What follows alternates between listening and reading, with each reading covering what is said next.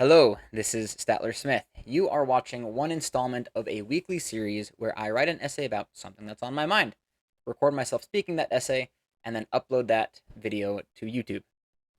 For reasons set forth in the initial video in this series, this is a practice for myself. As such, this video will likely not be entertaining or particularly educational. Perhaps one day I will have value to add to others, but in the words of Aragorn, King of Gondor, it is not this day. If you choose to keep watching, feel free to give feedback on the clarity of thought and speech, as that is what I am trying to improve. Please let me know if you have undergone a similar journey or have tips to share. And who knows, maybe I will eventually add more video editing. With that, let's get into this week's essay. As we enter the holiday season, I am preparing to spend time with family. This year we're spending it with my family, not my wife's. And I don't know what your family is like, but my family covers pretty much the whole gambit of political ideology. Unfortunately, the rest of my family takes it pretty seriously, with a few exceptions, me being one of them. And when you combine that with a lack of ability to read the room, which I'm not quite sure how some of us don't have that ability, but we don't. So that's great. Anyways, I frequently feel like I'm walking on eggshells because I am unlike my family and I know how to read a room. But maybe this time will be different. Yeah, right. One thing that also happens with me during these visits is that I am reminded how much I evaluate an opinion based on the person dictating said opinion. I personally don't do a whole lot of political research in the sense that, like, I don't stay up to date on, like, the Instagram stuff, the TikTok stuff, the X stuff, because I don't have them on my phone. So when I'm in a political discussion, my contribution to the discussion is confined to just kind of thinking through the idea, questioning and exploring the limits of the opinions of other people, asking how they respond to certain counter arguments, and more or less being kind of that annoying philosophical person that asks too many questions and we never really get anywhere. That's me. One detrimental aspect of this is that I never walk away from a discussion feeling like we've adequately covered the topic. Everybody else just gets too bored and leaves. Even if they're really passionate about it, I'm like, okay, but what do you mean? Is it what about? Anyways.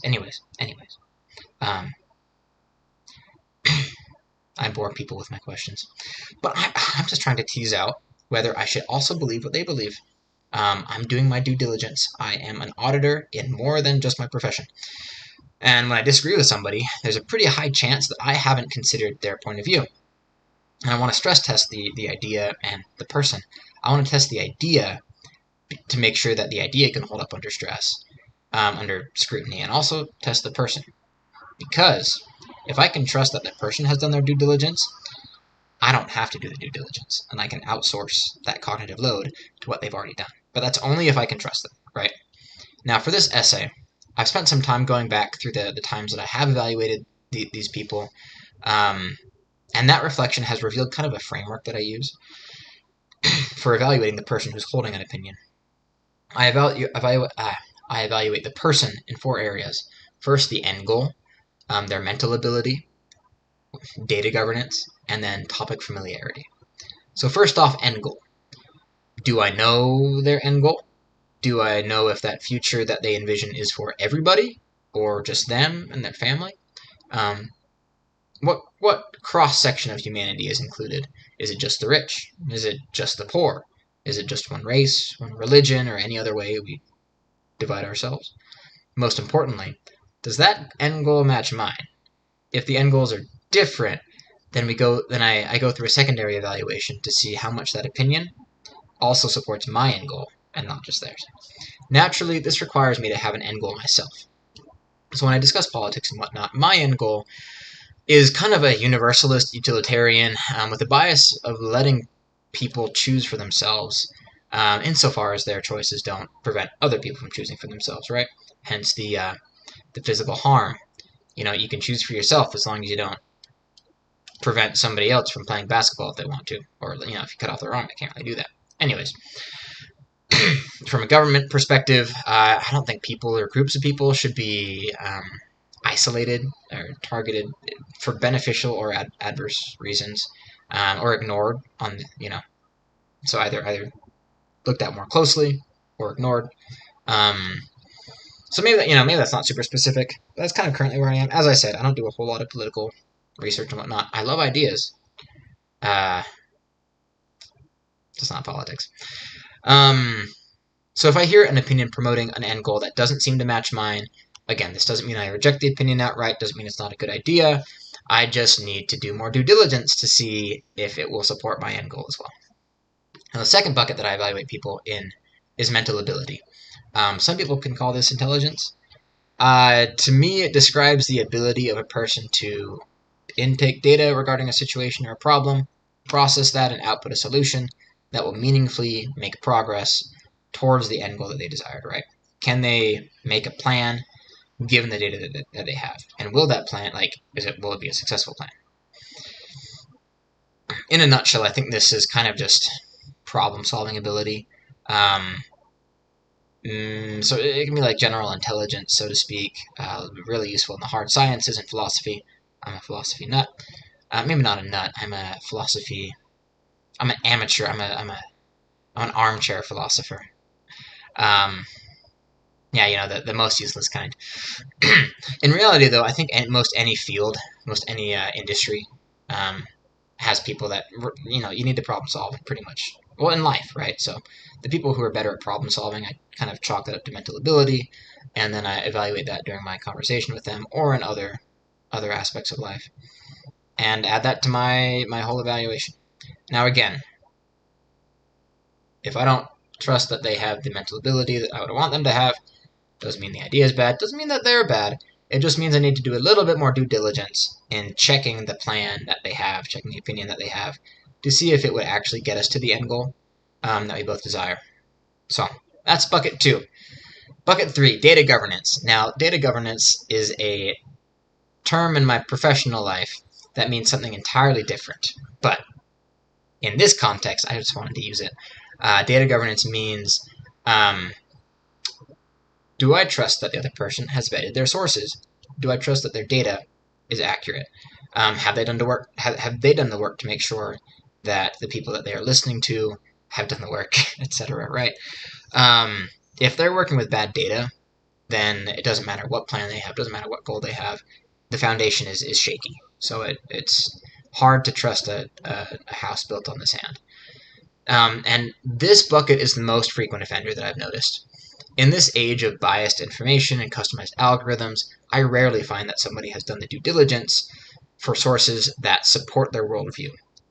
More often than not, somebody sees something that they already agree with, and they're like, oh, that must be true because it's already true.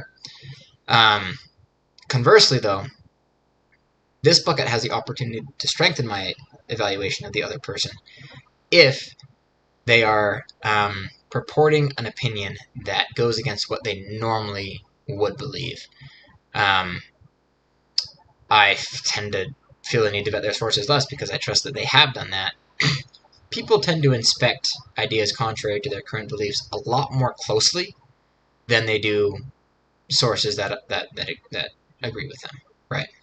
Now, I'm going to beat a dead horse here, but if somebody has bad data governance, that doesn't mean that the idea is wrong or invalid or that they're bad. It just means that I need to do more work after this conversation.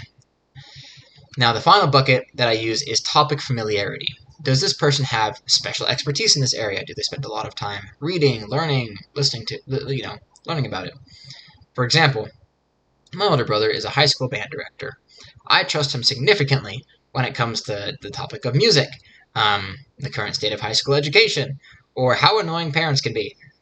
However, when it comes to technology, financial markets, or the push a little while back to tax unrealized capital gains, I am less likely to rely on his opinion.